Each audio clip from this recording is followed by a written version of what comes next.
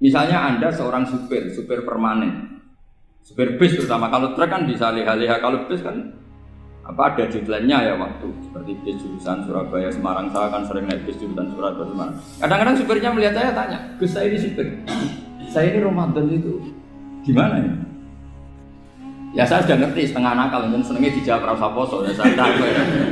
Tapi masalahnya secara fikih kalau kamu mengatakan kamu harus puasa terus, kamu melanggar konstitusi ilmu. Memang musafir punya diskon? Boleh? Tidak puasa. Pertanyaannya, bayarnya kapan? Wong Syawal ya nyupir lagi, Dzulqa'dah nyupir lagi, nanti sampai Ramadan ya. Nah terus, ya pas kamu cuti, biasanya cutinya pas sakit, boleh diskon lagi karena sakit. Coba. Nggak, andai kan Anda jadi ahli fikih milih zaman.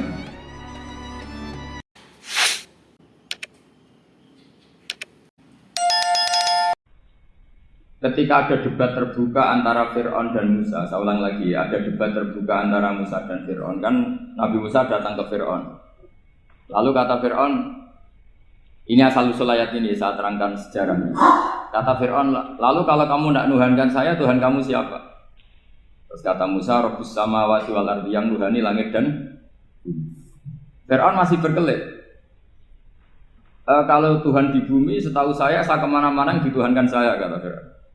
Ma'alim tulakum min ilahin ghairi. Terus Nabi Musa masih ngendikan, ya sudah Tuhan yang nuhani langit. Terus Fir'aun manggil Haman. Haman itu arsitekturnya Fir'aun. Ya Haman ibnili sorhal ali abduhul asbab samawati at-taliya ila ilahi Musa. Haman bangunkan kami piramida yang tinggi. Saya ingin melihat Tuhannya Musa. Musa akhirnya mikir, karena kalaupun Fir'aun bisa naik ke langit tetap tidak bisa melihat Tuhan. Kita tahu Tuhan nggak bisa dilihat. Kita yang mukmin aja tidak lihat, apalagi Fir'aun rivalnya kan. Akhirnya Musa ganti argumentasi, yaitu argumentasinya Musa, Rabbukum wa Rabbu abaikumul awwalin. Ini perlu diingat dan perlu saya sampaikan. Yang nuhani kamu dan yang menuhani leluhur kamu itu sangat memukul Fir'aun. Karena logikanya kalau Fir'aun itu Tuhan, berarti babanya dulu tanpa Tuhan. Ini ada Tuhan terlambat ya. Jadi kalau Fir'aun Tuhan, berarti mbahnya tanpa Tuhan, karena zaman era mbahnya belum ada Tuhan. Karena perdebatan itu banyak punggawa Fir'aun yang mukmin. Wah ini Fir'aun nggak bener ini. Kalau dia Tuhan berarti mbahnya tanpa. Karena kalau iman itu akan diadili, akan dieksekusi, maka orang ini berstatus rajulun mukminum min ali fir'auna yaktumu imanah. Maka di Quran diterangkan wa qala rajulun mukminum min ali fir'auna yaktumu imanah. Ada seseorang yang iman tapi menyembunyikan iman. Lah orang ini selalu ikut rapat di rapat-rapat penting Fir'aun, termasuk rapat ketika Fir'aun dan para tentaranya memutuskan membunuh Musa. Karena dia ikut rapat dan eksekutornya besok disuruh nangkap Musa, orang ini malam itu juga nemuin Musa. Nemuin Musa terus bilang innal mal ayat tamiruna bikal yaqtuluka Musa. Rapat tadi malam memutuskan kamu besok dibunuh, maka kamu harus bergegas meninggalkan Mesir. Nah, dari kesimpulan itu, dari cerita itu kemudian diambil secara hukum fikih bahwa untuk menyelamatkan darah harus jasa, harus bergegas. Andai kan Musa itu kok sak kobre, sak sempate, maka keburu. Andai kan ini rojul ini tadi, orang tadi penasihat tadi, kok sak kobre ya, maka berarti Musa terlanjur tertang. Jadi itu pentingnya ulama ya. Jadi cerita yang linier, cerita yang seakan-akan cerita di tangan ulama tetap menjadi al-ahkam al-fiqhiyah, menjadi ketentuan-ketentuan apa? Oke. Jadi yang diambil di sini adalah lelaki tadi yang ikut rapat jadi bergegas menemui Musa, memberitahu kalau kamu besok mau dieksekusi, fakrus, maka kamu harus secepatnya keluar dari Mesir untuk menyelamatkan diri.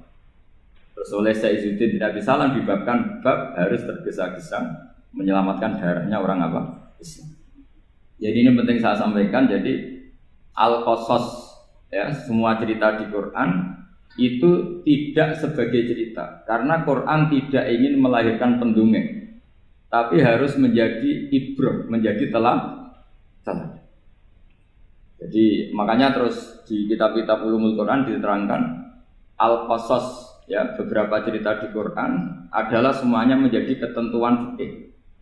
Saya ulang lagi ya, semua cerita yang ada di Quran itu menjadi ketentuan fikih meskipun alurnya apa? Cerita. Kayak tadi kan alurnya cerita bahwa lelaki ini bergegas nemui Musa supaya Musa cepat keluar dari Mesir. Terus dibabkan babul musaroah ilan usifid. Saya teruskan. Wa kama laro'aina ma yaqtulu musliman law tabtu'u alaihi laqatalahu fal musaroah ila takhrisihi min wajibatun. Idlaisal unatu mahmudatan fi kulli syai'in falaha mawaqinu tuhmatu fiha wa mawaqinu tudamu fiha wa kadzalika al musaroah wal lain wal dhulta wa ghairuhuma. Nas'alullah ayuwaffiqona lil amal fi ta'ati fi mawaqi'iha wa madhaniha. Terus cara berpikir ulama, saya pernah baca dalam satu sejarah ulama besar namanya Sufyan Ats-Tsauri. Sufyan Ats-Tsauri itu menjadi wali itu gara-gara kalau sholat di masjid itu beliau datang sebelum adzan. Saya ulang lagi, beliau datang sebelum adzan. Ditanya, kenapa kalau kamu datang sebelum adzan? Saya ini enggak ingin jadi hamba yang buruk. Hamba yang buruk atau pembantu yang buruk adalah setempe nunggu dipanggil. Misalnya kita tahu majikan kita pasti manggil jam 7. Kemudian jam 7 itu Anda masih ngopi, masih tata-tata, itu kan tidak menghormati majikan. Harusnya kamu setempe di jam yang saat itu pasti majikan Anda memanggil. Kata beliau, saya tidak ingin seperti pembantu yang buruk. Datang nunggu apa? Dipanggil. Jadi itu ada beberapa spirit atau inspirasi dari aturan-aturan mahabbah. Sebab itu ketika Allah kritik orang munafik, wa idza qamu ila sholati qamu kusala, ketika dipanggil sholat mereka datang bermalas-malasan. Karena ada cintanya sama Allah, maka datang berlambat-lambat. Nah, berarti kalau ekspresi cinta mengharuskan kita datang bercepat. Makanya dalam istilah lain di Quran ini termasuk balaghatul Quran. Di juz 25 itu istilah menuju Allah itu fafirru ilallah. Kita tahu firar itu maknanya lari apa jalan biasa? Lari. Jadi untuk mengekspresikan mahabbah kita, kangen kita pada Allah, cara bahasa Arab isyak kita, berontok kita sama Allah, tidak diistilahkan jalan tapi fafirru ilallah, harus bergegas berlari. Begitu seterusnya. Maka kalau ada orang Islam terus ini konsekuensi hukum. Ada non-muslim minta, Pak Bah, saya tolong ajarkan syahadat. Nggak boleh saya bilang gini, monggo ke dalam dulu. Padahal perjalanan ke rumah saya misalnya setengah jam, nggak boleh. Saat itu meskipun sambil berdiri-diri, harus kita tauhidkan. Kamu yakinnya Allah itu satu, Tuhan Allah. Harus. Karena kalau ada perjalanan ke rumah 5 menit, terus dia kecelakaan, belum syahadat, statusnya mati apa? Kafir. Dan kita ikut terlibat, karena sebetulnya bisa mengislamkan saat itu juga. Analoginya kayak tadi loh. Orang kecelakaan di jalan karena kita pakai celana pendek, nonton sirian ya saya tak pakai baju dulu. Habis itu dilides truk. Itu kan kita ikut salah karena kita yang punya kesempatan. Tentu yang disalahkan yang punya kesempatan. Karena merubah status dari potensi kelides truk menjadi sama sekali gak potensi kelides truk dengan kita inggirkan meskipun kita dalam keadaan tidak ideal. Sama. Orang kafir yang mau masuk Islam itu umumnya kiai-kiai kan kadang sebagian disuruh mandi dulu, itu salah sebetulnya. Itu salah sekali. Sangat salah. Apalagi nunggu seremonial di masjid, nunggal toko-toko itu bujutnya salah. Itu gak cuma salah, bujutnya salah. Jadi salah yang akut. Itu salah besar ya. Kalau seremonial monggo, tapi kalau mengislamkannya harus saat apalagi seremonial seminggu lagi nunggu tokoh terkenal, nunggu di syuting dulu, wah itu perilaku so itu bukan mengislamkan itu. Makanya kita yang sebagai peneliti fikih itu kadang itu enggak sreg gitu. Masa mau Islam nunggu di masjid dulu, di syuting dan tokoh-tokoh itu salah. Itu sama dia kamu lihat orang kecelakaan mau menyelamatkan, ini ada wartawan enggak? Minta di syuting dulu sedang mati ini. Jadi kita normal saja dalam Islam, sesuatu yang mendesak, yang emergensi ya perlakuannya harus cepat. Sehingga dibabkan faslun fil musaroah ila nusifid fitina. Jadi ada beberapa contoh di Quran memang aturannya seperti itu. Makanya semua redaksi Quran tentang menuju Allah diredakseno fafirru. Makanya di tawaf ada ekspresi romal jalan agak cepat. Di sa'i juga ada momen-momen kita harus romal berjalan cepat. Di beberapa aturan juga seperti itu. Ya saya ulang lagi, di beberapa aturan Islam juga seperti itu. Nah sekarang efek di hukum haji. Saya banyak baca literatur haji. Haji dalam aturan Islam itu wujuban tarofian, wajib yang tidak langsung mendesak. Kemudian semenjak ada fakta kita harus nunggu, daftar tunggu. Itu kita sebagai ahli fikih itu gampang. Misalnya gini, saya umur 20 punya uang, sekarang berapa daftar? 25 juta ya. Saya umur 20 punya uang 25 juta. Saya jomblo misalnya, ya butuh nikah, ya butuh macam-macam. Itu wajib daftar haji apa enggak? Karena kalaupun daftar nunggu 20 tahun. 20 tahun kan asumsi umum masih umur 40, masih hidup lah kira-kira caranya.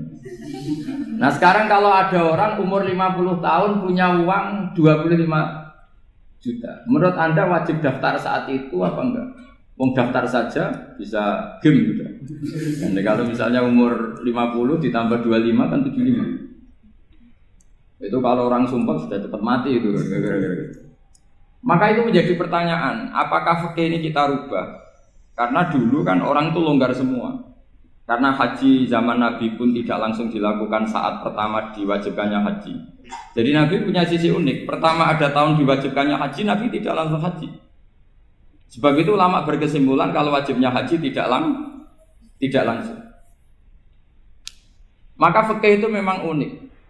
Sholat juga gitu. Ada istilah begini dalam sholat. Watajibus sholat ala kulli muslimin wujuban muwassa'an. Di semua kitab fikih takbirnya seperti itu, redaksinya.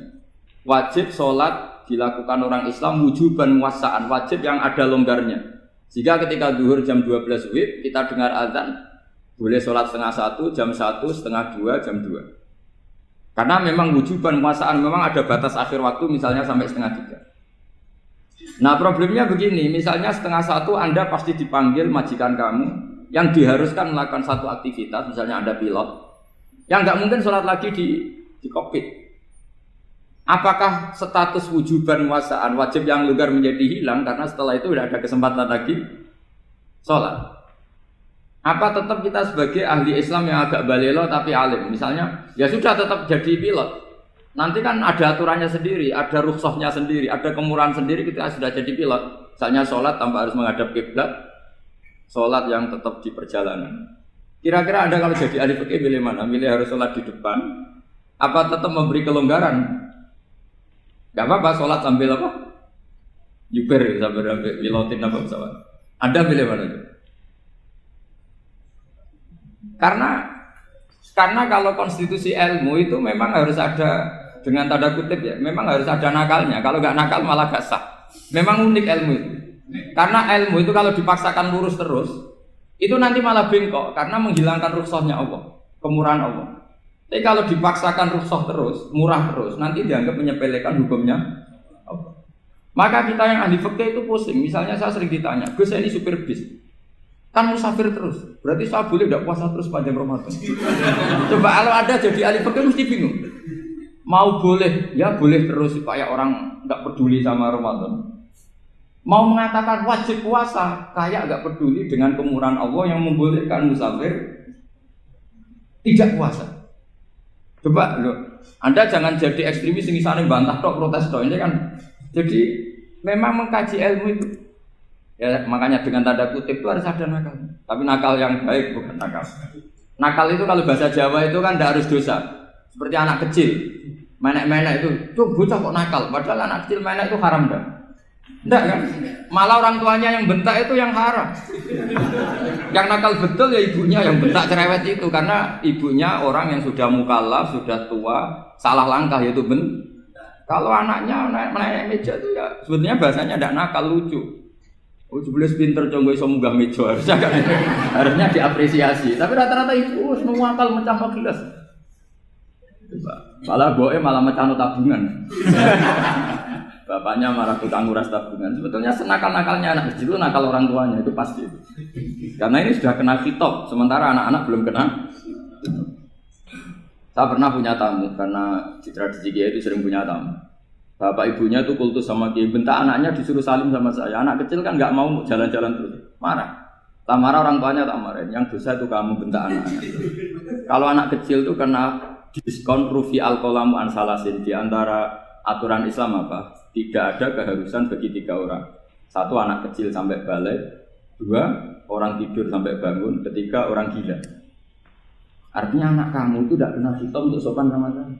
Kamu yang kena khitab baru sopan sama anak-anak. Nah ini ada Jawa itu kadang keliru. Jadi orang tua itu marah-marah memaksakan anaknya sopan. Padahal Allah memberi diskon anak kecil itu belum wajib sopan. Gak apa-apa ada tamu naik-naik itu. Asal masih anak kecil.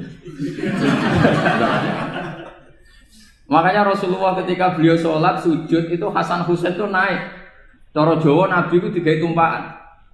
Semua riwayat mengatakan Nabi itu diam saja gak berani ngangkat. Sampai sahabat itu ada yang ngomong, ini Nabi sujud lama sekali ada apa? Jadi kita punya riwayat itu ya baru kayak sahabat yang agak nakal. Semuanya itu sujud, tapi bareng di atas rata-rata ada sahabat yang belakang ngomong, siapa tuh ini sujud kok lama? Barokahnya itu ditemukan riwayat, oh ono putune. Karena Hasan itu naik di atas punggungnya apa? Nabi. Itu andikan tidak ada yang ngomong, riwayat ini tidak ditemukan. Barokahnya ada yang ngomong itu mungkin. Kalau sekarang mungkin semua masjid melongok karena orang sekarang jarang yang khusyuk. Kalau dulu hanya 1 yang di belakang. Setelah itu Nabi memberi penjelasan, saya tadi sebetulnya harus mengakhiri sujud saya sesuai aturan umum, tapi ada cucu saya tak biarkan sampai dia puas naik punggung saya, sehingga dia turun baru saya naik. Filosofinya apa? Begini, anak kecil 1 tidak kena khitab, 2 jangan sampai sholat itu jadi problem. Kalau Nabi nyentak Hasan, membentak, putu ono bae sholat kok diganggu, maka sholat menjadi trauma. Gara-gara sholat bahasa bentak saya. Lama-lama anak ini trauma dengan sholat karena dianggap problem. Makanya saya termasuk kiai nggak berpendapat anak kecil nggak boleh di masjid. Sering kan anak kecil di masjid, ayo khutbah rame. Saya termasuk setuju tetap boleh. Kalau dibentak di masjid maka dia trauma dengan masjid. Wong saya ke masjid dibentak. Lagi pula kadang-kadang orang tuh gaya-gayaan tok. Wah, rame orang khutbah. Ramen nih, padahal kalau nggak diramein anak-anak malah dia tidur. Kita kan nggak bisa menjamin kalau perilaku kita lebih baik gitu. Mendingan kan anak-anak main di masjid timbang di karaoke kan. Jadi kan, lah ini maksudnya saya, ini fikih ya. Fikih itu wilayahnya, makanya jadi ahli fikih itu susah-susah gampang. Jenengan jangan hanya berpikir protes dengan ketentuan fikih, mengkaji yang sebanyak-banyaknya itu tadi. Misalnya Anda seorang supir permanen, supir bis terutama, kalau truk kan bisa leha-leha, kalau bis kan apa ada deadline-nya ya waktu, seperti bis jurusan Surabaya Semarang, saya kan sering naik bis jurusan Surabaya Semarang. Kadang-kadang supirnya melihat saya tanya, Gus saya ini supir, saya ini Ramadan itu gimana ya? Ya saya sudah ngerti setengah nakal, dan senengnya dijawab rasa poso ya saya tahu ya. Tapi masalahnya secara fikih kalau kamu mengatakan kamu harus puasa terus. Kamu melanggar konstitusi ilmu. Memang musafir punya diskon? Boleh? Tidak puasa. Pertanyaannya, bayarnya kapan? Wong Syawal ya nyupir lagi, Dzulqa'dah nyupir lagi, nanti sampai Ramadan ya. Nah terus, ya pas kamu cuti, biasanya cutinya pas sakit, boleh diskon lagi karena sakit. Coba. Nggak, andai kan Anda jadi ahli fikih milih zaman. Lo kalau orangnya soleh terus kayak ustadz di sini kayak dosen UI kan, masa dosen UI Universitas Islam nggak Islami kan nggak mungkin. Mungkin memilih poso kan. Masalahnya ini kan hukum untuk orang kebanyakan, nggak boleh hukum musuh gak kuat. Sahur jam 3:30 ngombe vitamin pokoknya harus kuat. Itu udah hukum, itu saran. Hukum itu beda dengan saran.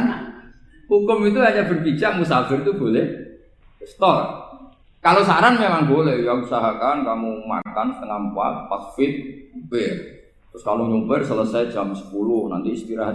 Memangnya majikan bisa ngatur jamnya? Itu fikih.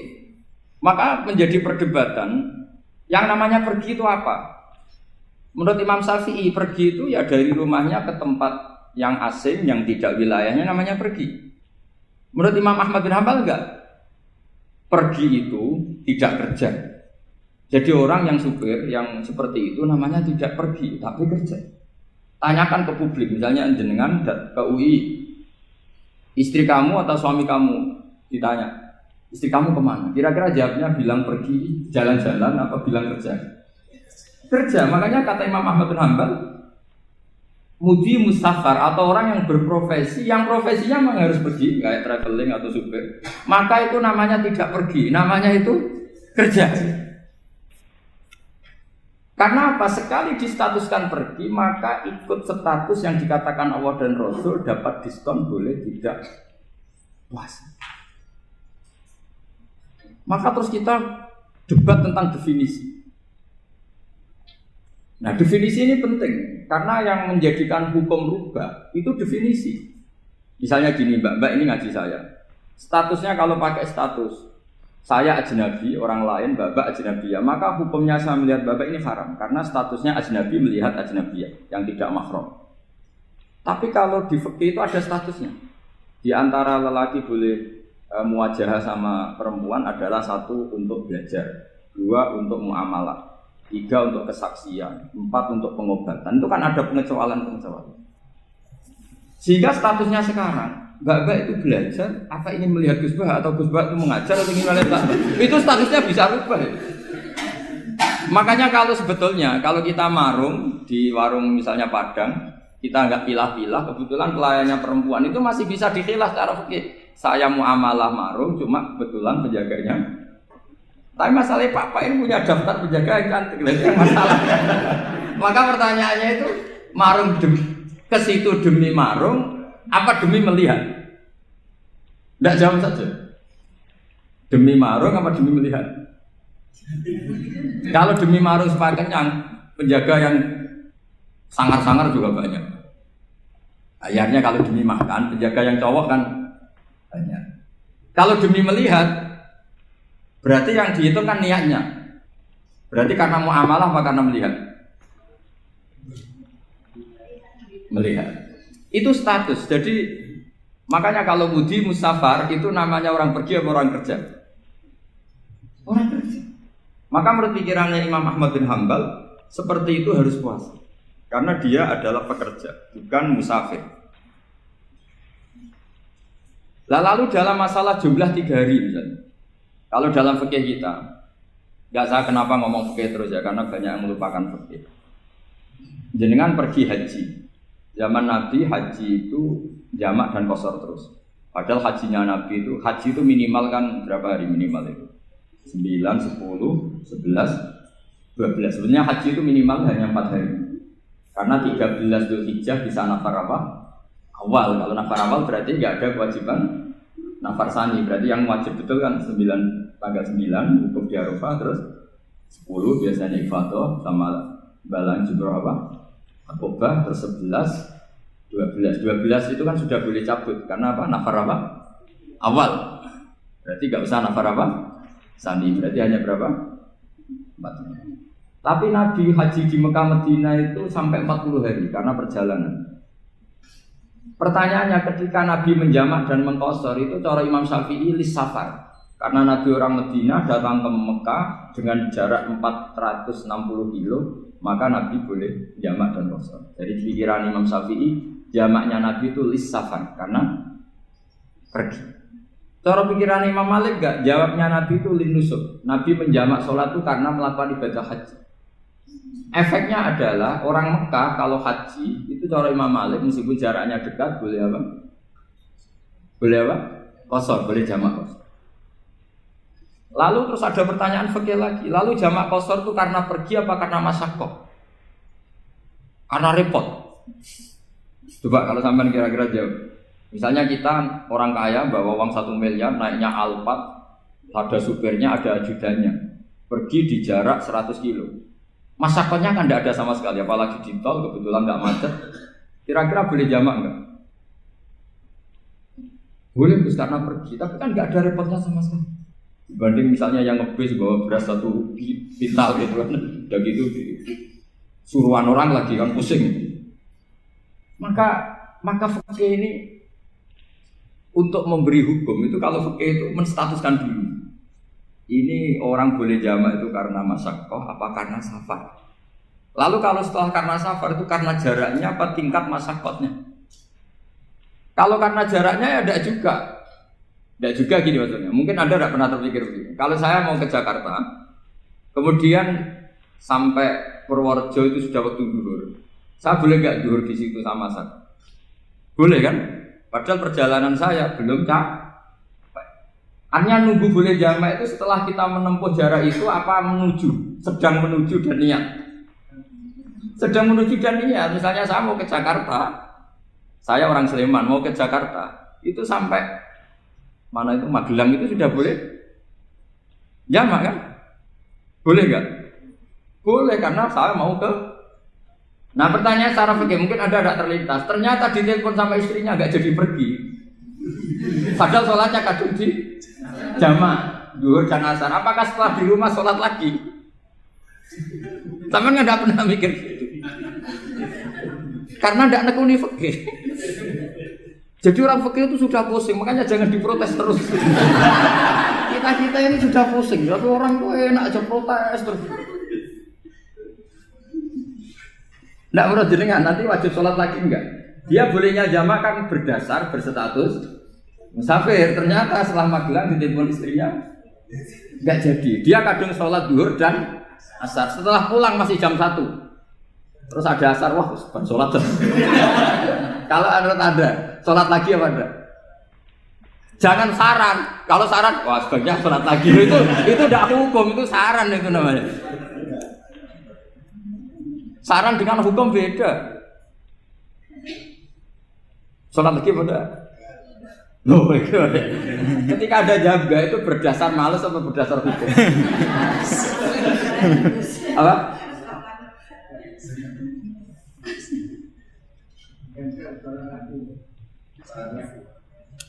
Nah kalau Anda sholat lagi, pertanyaannya gini, Allah itu tidak punya tradisi mewajibkan 2 kali. Pertanyaan fikihnya mesti gitu. Dan saat Anda di Magelang menjamak itu melakukan sesuatu yang disahkan oleh agama. Berarti pas Anda jamak zuhur asar, sesuatu pas melakukan itu kan berstatus sah dan boleh. Meskipun setelah itu ada masalah, istri kamu nelpon terus pulang. Tapi pas itu kan sudah dinyatakan oleh malaikat sah, Anda sudah zuhur dan asar. Kalau melihat itu tidak wajib mengulang. Tapi bisa saja malaikat ada yang usil. Itu sah karena Anda berstatus musafir. Berhubung status Anda hilang, maka poin Anda sudah sholat juga hilang. Kamu milih fikih yang mana?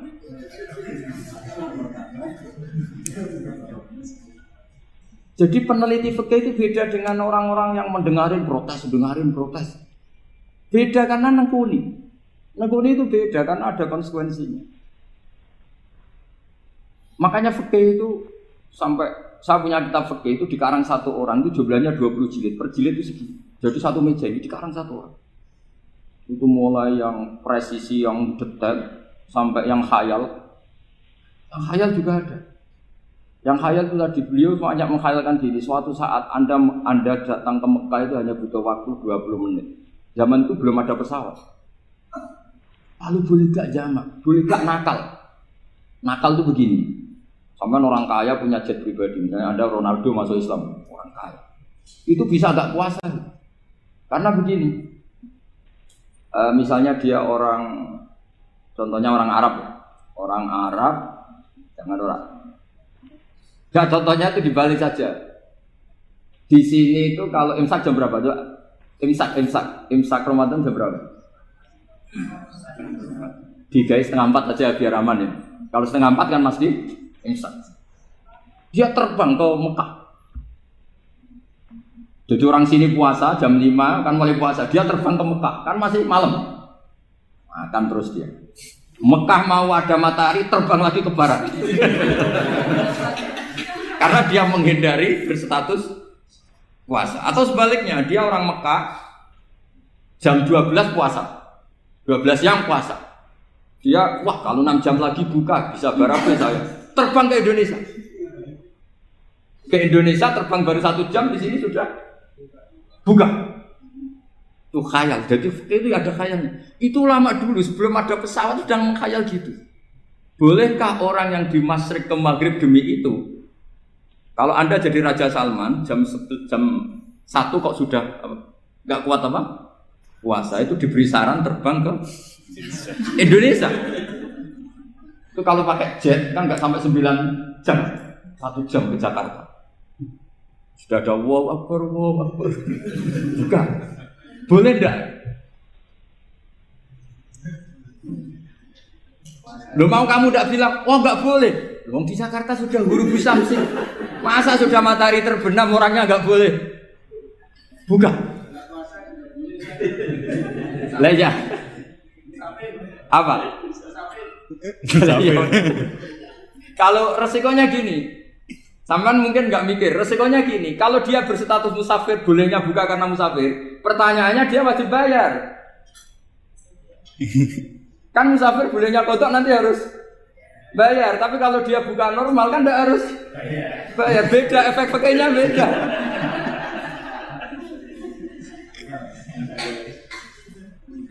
Sama jangan protes, Gus Baik gimana mau ngaji mana dijak senam. Ini kan ngajinya para dosen, para pegawai. Jadi harusnya itu jadi mufti, ngaji untuk jadi mufti. Bukan ngaji untuk mendengarkan. Jadi makanya saya mohon jangan sering protes sama ulama. Ulama sudah pusing. Karena efek-efek hukum itu tidak gampang. Kayak tadi misalnya, kalau dia boleh buka atas nama musafir, resikonya wajib bayar. Masalahnya Raja Salman ini mau enggak gitu. Dia inginnya. Maka pertanyaannya itu kitab yang milik saya tadi yang 20 jilid tadi. Ulama itu mulai dulu sudah membayangkan bagaimana kalau suatu saat ada satu kendaraan. Kenapa ulama bisa bayangkan itu? Karena ada buruk. Meskipun mereka enggak numpak buruk, hanya Rasulullah, tapi kan bisa bayangkan ada toyul waktu. Waktu itu bisa dilipat. Karena ulama dulu ahli astronomi, jadi bumi itu bulatnya gini, muternya gini. Berarti suatu saat ada satu ilmu di mana orang ngambil satu posisi terus melewati toyul waktu, ngalami lintasan waktu. Mulai dulu itu sudah dibicarakan. Pertanyaannya lalu status orang ini kayak apa? Misalnya tadi orang Mekah ingin cepat buka terbang ke Indonesia. Orang Indonesia menghindari imsak, misalnya 3:30, dia belum sahur. Wah kalau saya di Indonesia ini sifatnya sahur. Wah saya tak terbang ke Mekah. Wah enak kan terbang di Mekah ternyata masih jam 8. Wah bisa makan sepuasnya jam 8 malam maksudnya jam 20. Kan enak dia. Bar wareg balik ning Indonesia wis jam 1 siang. Jam 1 siang kalau ingin cepat buka terbang ke timur. Langsung buka. Berarti dia kira-kira puasa aja 3 jam. Tapi terus ya mungkin kalau sampean, lha opo Gus urip repot-repot ngono tinggal turu ndelok sinetron kok buka dhewe. Itu tidak hukum, saran itu namanya apa? Kalau hukum tetap tadi yang dikatakan puasa adalah imsak, mulai jam imsak sampai hurubus. Lalu pertanyaannya lagi, hurubus samsi sampai imsak itu konversi jam apa nyata-nyata hurubus samsi? Kalau yang diliwati khatul istiwa itu nyata, fi'lan. Kalau dalam bahasa Arab, fi'lan awaqi'iyah. Tapi kalau Anda orang kutub, saya sering kirim-kiriman surat sama mufti-mufti yang ada di Timur Tengah, di Eropa, konsultasi maksudnya.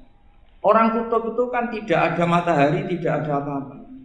Jika kalau Anda baca kitab di kutub, mesti Gus Bak darani pembohong. Misalnya orang kutub ngaji saya, kamu harus subuh sebelum matahari terbit. Sekali matahari terbit waktunya hilang. Duhur setelah matahari agak ke barat. Asar kalau matahari terbenam hilang waktunya. Mereka mesti bilang mataharinya di mana? Maka pertanyaannya, boleh gak mengkonversi waktu untuk orang kutub? Jadi misalnya pola umum subuh jam 4:30. Berarti antara subuh dan qadha itu 1,5 jam. Subuh sama zuhur polanya berapa berarti? Kalau 4:30 sampai jam 12 itu 6 sama 7,5. Berarti ya kira-kira habis subuh nunggu 7,5 jam baru zuhur, nunggu 3 jam baru asar, nunggu 3 jam baru maghrib. Berarti waktu puasa kira-kira antara jam 4 sampai jam 6. Berarti berapa jam itu? 12 sama 2 14. Oke, berarti orang kutub harus puasa 14 jam. Tidak bergantung waktu mata. Tapi ada lagi pertanyaan lucunya gini, lalu 14 jam Gus itu dimulai dari mana? Apa asal 14 jam? Apa harus ada konsensus setarnya? Masih ada PR lagi. Menurut kamu gimana? Ada konsensus setarnya dimulai jam 4 dini hari. Apa asal jumlahnya? Imsak 14 jam. Mikir lagi kan? Itu di Denmark itu ada satu musim di mana siang terus sampai sekian bulan. Siang terus sampai orang sana itu capek. Kenapa ada siang terus? Logikanya kan tadi bumi itu belajar juga belajar falak, belajar astronomi. Kalau tepaan kamu di sisi yang barat agak utara atau agak selatan, matahari ini nyentrong terus. Sehingga bumi molak-malik ya kamu kesentron terus karena kita ini kan tepaan di katulis istiwa, di khotul istiwa. Sebenarnya katulis istiwa itu bahasa Arab dari kata khotul istiwa. Khotun itu garis, istiwa itu tengah. Lah, Islam itu oleh Allah memang dipilih di tempat paling top yaitu Mekah. Mekah Ka'bah itu surratul ardi. Jadi sebelum ditemukan ilmu astronomi itu Nabi sudah ngendikan Al-Ka'bah surratul ardi. Ka'bah itu pusarnya bumi. Jika di Ka'bah itu satu-satunya area yang terbebas dari medan magnetis. Karena dari utara dan selatan benar-benar di tengah. Maka potensi jam paling akurat di dunia itu ya hanya jam yang di Mekah itu.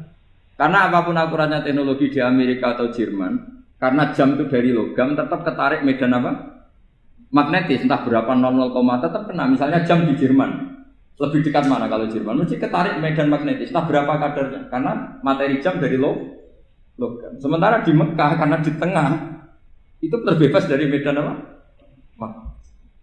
Nah, sehingga yang segaris dengan Mekah kayak Indonesia itu semuanya khotul istiwa. Nah kalau khotul istiwa normal itu artinya ya 12 siang secara umum ya 12. Sehingga ulama Indonesia kalau ngaji itu lebih gampang, lebih tidak dianggap bohong. Karena ya ada terbitnya matahari, ada zawalus syamsi, ada hurubus syamsi. Coba kalau kitab itu Anda baca di kutub utara sama kutub selatan. Murid kamu bingung semua. Ini gimana Ustadz, tidak ada matahari kok semuanya diukur pakai matahari. Lalu pertanyaannya dikonversi kan? Pertanyaannya kalau dikonversi pakai apa gitu? Asal 14 jam, apa harus sepakat dimulai jam berapa? Milih mana? Milih sepakat. Pertanyaannya kalau sepakat, ukurannya siapa yang jadi ahlul halli wal aqdi?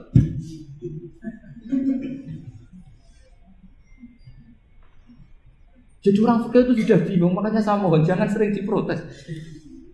Saya pernah ketemu ulama, saya kan sering ikut komunitas di New York, itu andekan di Bur, itu pas persis Ka'bah. Di buminya itu kalau di Bur itu pas persis Ka'bah.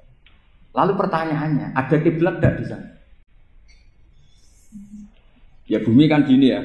Kalau dalam bahasa falak itu ada rubuk namanya. Rubuk itu bumi yang sewaktu itu hanya yang seperempat. Ya bumi yang sewaktu itu hanya seperempat. Jadi kita sekarang siang, berarti yang baru siang hanya seperempat bumi. Nanti yang malam ya hanya seperempat bumi. Ya, misalnya sekarang kita di sini siang, di Arab Saudi kan belum, ini masih 5:30. Ini sekarang di Arab Saudi baru. Lah itu ada daerah di mana dengan Ka'bah itu pas atas sama bawah. Harusnya kan bebas arah. Apa? Bebas arah. Lalu orang sana sholatnya itu menghadap kemana? Pernah ulama New York itu minta fatwa ke Rabitatul Alam Al-Islami, lalu kita harus menghadap kemana? Makanya dalam dunia anekdot ulama itu ada anekdot Abu Nawas itu orang yang nggak pernah kalah debat. Dia tuh terkenal nggak pernah kalah debat, tapi dia ada ilmuwan. Dia punya tetangga ilmuwan, punya pengaruh besar, semua orang ngaji ke ilmuwan itu. Mantelnya bukan main, karena dia ahli falak, ahli astronomi. Mau nandingi dia tidak bisa, nggak nandingi itu reputasinya jatuh. Orang itu berteori kalau bumi itu bulat-bulat. Kalau kamu jalan ke sini, maka akan ke titik yang suatu saat si profesor ini kemalingan, terus minta tolong Abu Nawas rumah saya kemalingan. Terus lari kemana malingnya? Ke timur.